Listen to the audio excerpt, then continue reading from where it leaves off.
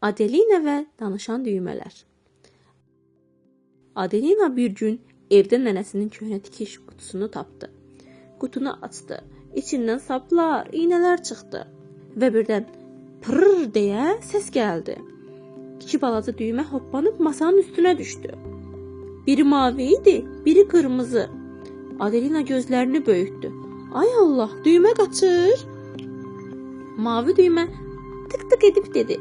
Mən mavi düyməyəm. Mənim işim dinləməkdir. Qırmızı düymə pıt-pıt edib dedi. Mən qırmızı düyməyəm. Mənim işim kömək etməkdir. Adelina gülməyə başladı. Siz axı danışırsınız. Mavi düymə dedi. Əlbəttə, biz sehirli düymələrik. Qırmızı düymə dedi. İndi isə sənə bir tapşırıq veririk. Adelina həyəcanla soruşdu. Nə tapşırıq? Düymələr bir yerdə qışqırdı. Dostluq tapşırığı.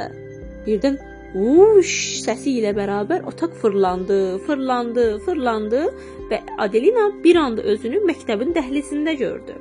Amma bu məktəb çox gülməli idi.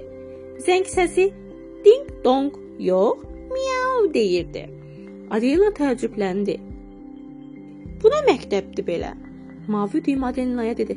Şşt, bax oraya. Adelina baxdı. Bir uşaq oturmuşdu və qaşları elə çatılmışdı ki, sanki limon yemişdi. Uşaq deyirdi, heç kim mənimlə oynamır. Adelina yaxınlaşmaq istəyərkən uşaq qışqırdı, get buradan. Adelina geri çəkildi. Of, bu çox əsəbidir.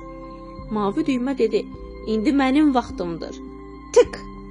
Adelina birdən elə bil anidən bütün səslərə hakim oldu və uşağın ürəyindən keçən səsi eşitdi.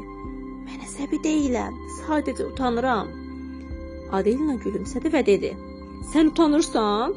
Mən də bəzən utanıram. Uşaq bir anlıq dayandı. Hə? Adelina dedi, gəl birlikdə oynayaq. Mən sənin dostun olaram. Uşaq yavaşca gülümsədi. Olar. Elə bu an bir qız qaça-qaça gəldi və küncdə oturub ağlamağa başladı. Mənim qələmim qırıldı. Adelina dedi. Ah yazıq. Qırmızı düymə sevincək qışqırdı. İndi mən. Pıt deyə sehirli səs gəldi. Qələm düzəldi. Adelina qələmi götürdü. Çık-çık elədi. Qız sevindi. Vay, sən sehirbazsan? Adelina güldü. Yox, mən sadəcə kömək etdim. Birdən məktəbin divarları rəngləndi. Tavanın üstündən konfet kimi ürəklər yağdı. Hamı gülə-gülə oynamağa başladı. Mavi düymə dedi, dostluq dinləməkdə başlayır. Qırmızı düymə dedi, dostluq kömək etməklə böyüyür. Adelina sevinclə dedi, mən artıq başa düşdüm. Və vuş deyə yenə burulğan səs eşidildi.